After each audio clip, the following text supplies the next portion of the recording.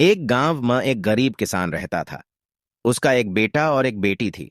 किसान अपने बेटा का विवाह करके कुछ साल के बाद अपनी बेटी का भी विवाह एक अमीर घर में कर देता है।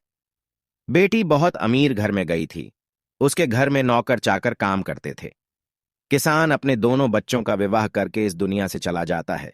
बेटी को धन की तो कमी नहीं था, वहीं बेटा बहुत गरीब था।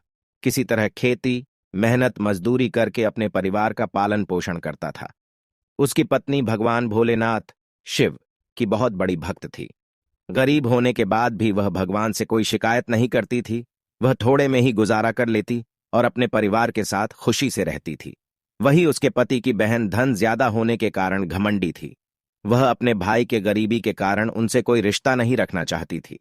उसकी बहन धन के घमंड में इतनी चुर थी कि अपने भाई को देखना तक पसंद नहीं करती थी। समय बीतता गया और बहन के ननद की शादी पड़ी। उसने अपने भाई को बुलाया तक नहीं।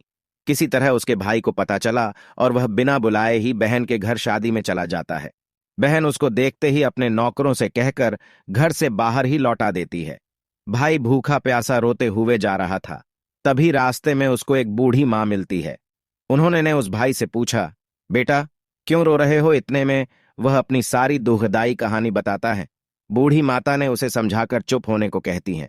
बूढ़ी माता जी गरीब किसान के बेटा से कहती कि यहीं पास में मेरा बगीचा है, चलो कुछ खा के आराम कर लो। दोनों बगीचे में जाके खरबूज खाते हैं। फिर बूढ़ी माता ने एक थैले में खरबूज और कुछ खाने पीने का सामान रख के उसे वहां से घर भेजती हैं। घर पहुंचने के बाद बच्चे सब अपने पिता के आगे पीछे घूमते हैं।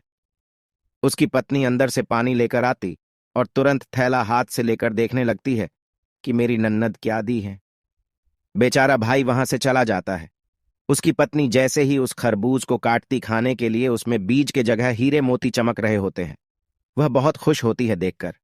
फिर अपने पति के पास जाकर कहती कि दीदी को हमारी गरीबी देखा नहीं गया है, इसीलिए इतने सारे धन दी हैं। बेचारा किसान भाई सोच में पड़ जाता है और किसी से कुछ कहता नहीं है। अब बेचारा भाई भी बहुत धनी और पैसे वाला हो गया। भाई के अमीर होने की खबर धन के घमंड में चूर रहने वाली बहन को पता चला और वह बिन बुलाए अपने मायके यानी भाई के घर आती हैं। यह देखकर भाई मन में सोचता है कि जब मेरे पास धन नहीं था तो बहन मुझे देखना तक नहीं चाहती थी। फिर भी वह और उसकी पत्नी ने उसका आदर सत्कार करते हैं। कुछ दिन के बाद बहन को ससुराल से बुलावा आया। उसके भाई और भाभी अच्छे कपड़े, मिठाई, कुछ उपहार देकर विदा किया। इतना सब देखकर उसकी बहन के आंखों में आंसू आ जाते हैं। उसको समझ में आ जाता है कि धन ही सब कुछ नहीं है, अच्छा स्वभाव और दिल का बड़ा भी होना चाहिए।